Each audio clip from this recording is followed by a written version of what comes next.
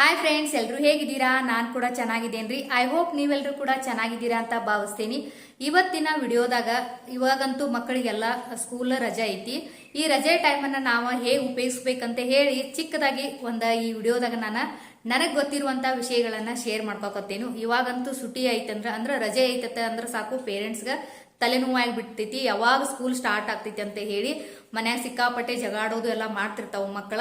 ಹಾಗಾಗಿ ನಾವು ಈಗ ಟೈಮ್ ಏನು ಸಿಗ್ತಿಲ್ಲ ನಮ್ಗೆ, ಏಪ್ರಿಲ್ ಮೇ ಆಗಿರ್ಬೋದು ಅಥವಾ ಮೇ ಒಂದ್ ತಿಂಗಳಿಗೆ CBSE ಇತ್ತಂದ್ರ ಮೇ ಅಷ್ಟೇ ಸುಟಿ ಇರ್ತೈತಿ. ಅವಾಗ ಮಕ್ಕಳಿಗೆ ನಾವು ಏನೆಲ್ಲ ಕಲಿಸ್ಬೋದು, ಏನೆಲ್ಲ ಮಾಡಿಸ್ಬೋದು ಅಂತ ಹೇಳಿ ನಾನು ಈ ವಿಡಿಯೋದಾಗ ಹೇಳ್ತೀನಿ. ಈ ಮಾಹಿತಿ ನಿಮ್ಗೆ ಏನಾದ್ರೂ ಇಷ್ಟ ಆಯ್ತಂದ್ರ ಪ್ಲೀಸ್ ನಮ್ಮ ಚಾನಲ್ ಸಬ್ಸ್ಕ್ರೈಬ್ ಮಾಡ್ರಿ, ಹಂಗ ಸಪೋರ್ಟ್ ಕೂಡ ಮಾಡ್ರಿ.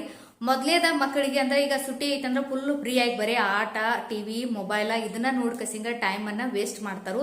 ಹಾಗಾಗಿ ಪೇರೆಂಟ್ಸ್ ಆದವ್ರ ಮಕ್ಕಳಿಗೆ ನಾವ ಈ ರಜೆ ದಿವಸಗಳಲ್ಲಿ ನಾವು ಏನೆಲ್ಲ ಮಾಡಬಹುದು ಅಂತ ಹೇಳಿ, ಮೊದಲನೇದಾಗಿ ನೀವು ಯಾವ್ದಾದ್ರು ಸಬ್ಜೆಕ್ಟ್ ಒಳಗ ಮಕ್ಕಳ ವೀಕ್ ಇದ್ದು ಅಂದ್ರೆ ನೀವು ಟ್ಯೂಷನ್ ಕ್ಲಾಸ್ ಕೂಡ ಹಾಕ್ಬಹುದು, ಅಥವಾ ನೀವು ಮನ್ಯಾಗ 1 ತಾಸ ಅಥವಾ 2 ತಾಸ ಟೈಮ್ ತಗೊಂಡ್ ಕಶಿಂಗ ನೀವು ಕಲಿಸಬಹುದು.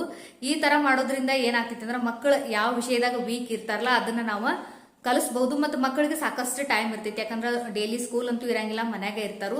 ಮೈಂಡ್ ಕೂಡ ಫುಲ್ ಫ್ರೀ ಆಗಿರ್ತೈತಿ. ನಾವು ಒಂದ ಗಂಟೆ ನಾವು ಯಾವ ವಿಷಯ ಬಗ್ಗೆ ಅವ್ರಿಗೆ ನಾವು ಹೇಳ್ಬೇಕಂತ ಹೇಳಿದಲ್ಲ, ಸಮಾಧಾನಲೆ ಕೂತ್ ಕಸಿಂಗ್ ಹೇಳ್ತಂದ್ರ ಮಕ್ಕಳಿಗೂ ಕೂಡ ಕಲಿಯಾಕ ಈಜಿ ಆಗ್ತೈತಿ. ಡೈಲಿ ಸ್ಕೂಲ್ ಇರೋದ್ರಿಂದ ಅಲ್ಲಿ ಕಂಟಿನ್ಯೂ ಪೀರಿಯಡ್ ಇರ್ತಾವು, ಮನ್ಯಾಗ ಬಂದ್ ಕೂಡ್ಲೆ ಮತ್ತ ಹೋಮ್ವರ್ಕ್ ಅದು ಮಾಡ್ತಿರ್ತಾರು.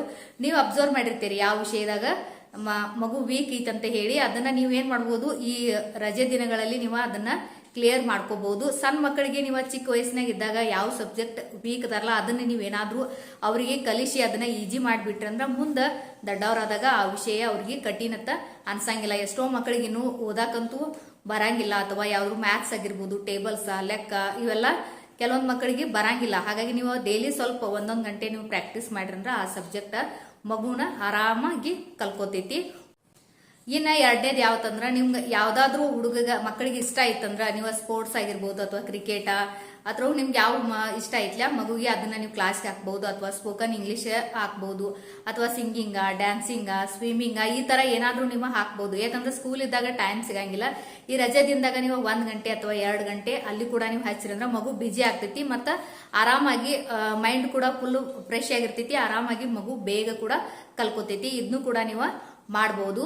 ಇನ್ನು ಥರ್ಡ್ ಅಂದ್ರೆ ಕೆಲವೊಂದು ಮಕ್ಕಳಂತೂ ಡಿಸಿಪ್ಲಿನ್ ಅಂದ್ರೆ ಏನಂತ ಗೊತ್ತಿರಂಗಿಲ್ಲ. ಮಕ್ಕಳಿಗೆ ನೀವು ಏನ್ ಸುಟಿ ಅನ್ನೋ ಆರಾಮ್ ಮನೆಯೆಲ್ಲ ಗಲೀಜು ಮಾಡೋದು ಅಥವಾ ಏನ್ ಬೇಕಾದ್ ಮಾಡ್ತಿರ್ತಾರ ಮನ್ಯಾಗ. ನೀವು ಸ್ವಲ್ಪ ಅವು ಮಕ್ಕಳಿಗೆ ಏನ್ ಮಾಡ್ಬೇಕಂದ್ರೆ ಡಿಸಿಪ್ಲಿನ್ ಅನ್ನೋದು ಕಲಿಸ್ಕೊಡ್ಬೇಕು. ಮನೆಯನ್ನ ಕ್ಲೀನ್ ಆಗಿ ಹೇಗೆ ಇಟ್ಕೋಬೇಕು, ತಮ್ಮ ಕೆಲಸನ ಯಾವ ರೀತಿ ನೀವು ಮಾಡ್ಕೋಬೇಕಂತೇಳಿ ನೀವು ಆರಾಮ್ಸೆ ಹೇಳ್ಕೊಡ್ಬೋದು. ಕೆಲವೊಂದು ಮಕ್ಕಳಂತೂ ಸಿಕ್ಕಾಪಟ್ಟೆ ಲೇಜಿ ಇರ್ತಾವು. ನೀವು ಆರಾಮಾಗಿ ಈ ರಜೆ ದಿನದಲ್ಲಿ ಅವಕ್ಕೆ ಮಕ್ಕಳಿಗೆ ಸ್ವಲ್ಪ ಪ್ರಾಕ್ಟೀಸ್ ಮಾಡಬಹುದು. ಸುಟಿ ಇತ್ತಂದ್ರೆ ಫುಲ್ ಲೇಜಿಯಾಗಿ ಬಿಟ್ರಂದ್ರ ಆ ಸ್ಕೂಲ್ ಸ್ಟಾರ್ಟ್ ಕೊಡೋಕಲ್ಲ ಮಕ್ಕಳಿಗೆ ಯಾವ್ದ್ರಾಗೂ ಇಂಟ್ರೆಸ್ಟ್ ಇರಂಗಿಲ್ಲ. ಕೆಲವೊಂದು ಮಕ್ಕಳಂತೂ ಸ್ಕೂಲ್ಗೂ ಹೋಗಿಲ್ಲ ಅಂತೇಳಿ ಆಳಾಕ ಶುರು ಮಾಡ್ಬಿಡ್ತಾರು.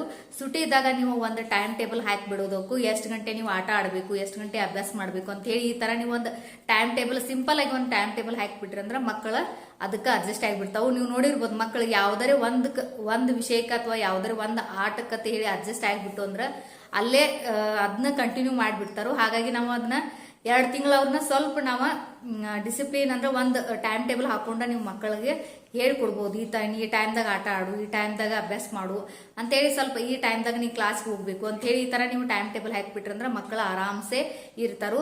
ಸಾಕಷ್ಟು ಎಲ್ಲ ಮಕ್ಕಳು 2 ತಿಂಗಳು ರಜೆ ಐತಂದ್ರೆ ಸಾಕು, ಓದೋದು ಬರೆಯೋದು ಎಲ್ಲಾನ ಮರ್ತು ಬಿಟ್ಟಿರ್ತಾರೆ. ಸಬ್ಜೆಕ್ಟ್ ವಿಷಯಗಳನ್ನ ಎಲ್ಲಾನ ಮೈಂಡ್ ಎಲ್ಲ ಪೂರ್ತಿ ವಾಶ್ ಔಟ್ ಆಗಿಬಿಡ್ತಿ. ಹಾಗಾಗಿ ನೀವು ಪೂರ್ತಿ ಅಭ್ಯಾಸ ಬೇಡ ಅಂತೇಳಿ ಬ್ಯಾಗ್ನ ಒಂದ್ ಕಡೆ ಇಡಾಕ ಹಚ್ಚಿಬಿಡ್ಬೇಡ್ರಿ. ಸ್ವಲ್ಪ ಏನ್ ಮಾಡ್ಬೇಕಂದ್ರೆ ಅದನ್ನ ನಾವು ಲಕ್ಷ್ಯ ಕೊಡ್ಬೇಕು. ಇನ್ನ ಕೆಲವೊಂದು ನೀವು ಬೇಕಾದ್ರೆ ನೀವು ಕೆಲವೊಂದು ಪ್ಲೇಸ್ಗೆ ಅದು ಮಕ್ಕಳನ್ನ ಕರ್ಕೊಂಡು ಹೋಗ್ಬೋದು. ಈಗಂತೂ ಆರಾಮ್ ರಜೆ ಇರ್ತೈತಿ. ಪ್ಲೇಸ್ ಬಗ್ಗೆ ಅವಕ್ಕೂ ನೇಚರ್, ಸ್ವಲ್ಪ ಎನಿಮಲ್ಸ್ ಎಲ್ಲಾನು ನೋಡಿ ಎಂಜಾಯ್ ಮಾಡ್ಬೋದು. ಅಥವಾ ನೀವು ನಿಮ್ಮ ಅಜ್ಜಿ ಊರಿಗೆ ಅದು ಕೂಡ ಕಳಿಸ್ಬೋದು. ಒಂದೇ ಕಡೆ ಇತ್ತು ಅಂದ್ರೆ ಮಕ್ಳು ಏನಾಗ್ಬಿಡ್ತಾವ ಅಂದ್ರೆ ಅಲ್ಲಿ ವಾತಾವರಣಕ್ಕೆ ಅಷ್ಟ ಅಡ್ಜಸ್ಟ್ ಆಗಿಬಿಡ್ತಾವು.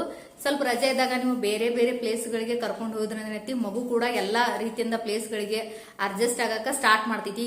ಸಾಕಷ್ಟು ಹುಡುಗರು ಇರ್ತಾವು, ಅಲ್ಲಿ ಮಕ್ಕಳು ನೋಡಿ ಕೂಡ ಕಲಿಬಹುದು. ಅಲ್ಲೆಲ್ಲ ತಮ್ಮ ರಿಲೇಷನ್ ಯಾರ, ತಮ್ಮವ್ರು ಯಾರ ಅಂತ ಹೇಳಿ ಮಕ್ಕಳಿಗೂ ಕೂಡ ಗುರ್ತಾಗ್ತೈತಿ. ಹಾಗಾಗಿ ಸ್ವಲ್ಪ ನೀವು ರಜೆ ದಿನದಾಗ ಕರ್ಕೊಂಡು ಹೋಗ್ಬೇಕು. ಮಕ್ಕಳಿಗೂ ರಿಲೇಶನ್ಶಿಪ್ ಬಗ್ಗೆ ತಮ್ಮ ಬಂಧುಗಳ ಬಗ್ಗೆ ಏನಾಗ್ತೈತಿ ಮಕ್ಕಳಿಗೆ ಗುರುತಾಗ್ತೈತಿ ಅಂತ ಹೇಳ್ಬೋದು.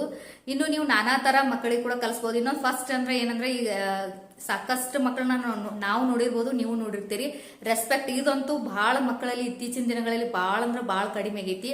ಟೀಚರ್ಸ್ಗಾಗ್ಲಿ, ಪೇರೆಂಟ್ಸ್ಗಾಗ್ಲಿ, ಅಥವಾ ತಮ್ಮ ಮನ್ಯಾಗ ಇರುವಂತ ಸಿಸ್ಟರ್ಸ್, ಬ್ರದರ್ಸ್ ಹೆಂಗ್ ರೆಸ್ಪೆಕ್ಟ್ ಕೊಟ್ಟು ಮಾತಾಡೋದನ್ನ ಮರ್ತ್ ಬಿಟ್ಟಿರ್ತಾರೆ. ಹಾಗೆ ಸ್ವಲ್ಪ ಏನ್ ಮಾಡ್ಬೇಕಂದ್ರೆ ಮಕ್ಕಳನ್ನ ಸ್ಟ್ರಿಕ್ಟ್ ಆಗಿ ಬೆಳೆಸ್ರಿ. ಯಾವ ತರ ಮಾತಾಡ್ಬೇಕು, ಎಲ್ಲಿ ಹೇಗಿರ್ಬೇಕು ಅಂತೇಳಿ ಸ್ವಲ್ಪ ಏನ್ ಮಾಡ್ರಿ ಎಲ್ಲರೂ ಕೂಡ ಹೇಳ್ಕೊಡ್ಬೋದು. ಮನ್ಯಾಗಿರುವಂತ ಎಲ್ಲರೂ ಕೂಡ ಸ್ವಲ್ಪ ಸ್ವಲ್ಪ ಹೇಳ್ಬಿಟ್ರಿ ಅಂದ್ರೆ ಮಗು ಆಟೋಮೆಟಿಕ್ ಕಲಿತೈತಿ. ಸಣ್ಣ ಮಕ್ಳು ಹೆಂಗಂದ್ರ ಚಿಕ್ಕ ವಯಸ್ಸಿನಾಗ ನೀವು ಯಾವ ತರ ಬೆಳೆಸ್ತೀರಿ, ಡಿಸಿಪ್ಲಿನ, ರೆಸ್ಪೆಕ್ಟ ಎಲ್ಲ ಯಾವ್ಯಾವ ತರ ನೀವು ಕಲಿಸ್ತಿರ್ಲಿ ಅದೇ ತರ ಮಗು ಬೆಳ್ಕೋತ ಹೋಗ್ತೈತಿ. ನೀವು ಏನಂತಾರಲ್ಲ, ಗಿಡವಾಗಿ ಬಗ್ಗದ್ದು ಮರವಾಗಿ ಬಗ್ಗೀತಿ ಅಂತ ಹೇಳಿ ಗಾದೆ ಮಾತೈತಿ. ಹಂಗಾಗಿ ಮಕ್ಕಳನ್ನ ಆದಷ್ಟು ಒಳ್ಳೆ ವಾತಾವರಣದಾಗ ಬೆಳೆಸ್ರಿ. ಹಾಗ ಒಳ್ಳೆ ಶಿಕ್ಷಣ, ಒಳ್ಳೆ ಗೌರವ ಕೊಡೋದು ಎಲ್ಲ ರೀತಿಯಿಂದ ನೀವು ಮಕ್ಕಳಿಗೆ ಸಣ್ಣಾಗಿರ್ತಾಗ ಕಲಿಸ್ರಿ ಅಂದ್ರ ಮಗು ದೊಡ್ಡವ ಆದ ನಂತರ ಒಂದು ಪರ್ಫೆಕ್ಟ್ ಆದಂತ ಒಬ್ಬ ವ್ಯಕ್ತಿಯಾಗಿ ಹೊರಗೆ ಬರ್ತಾನಂತ ಹೇಳ್ಬೋದು.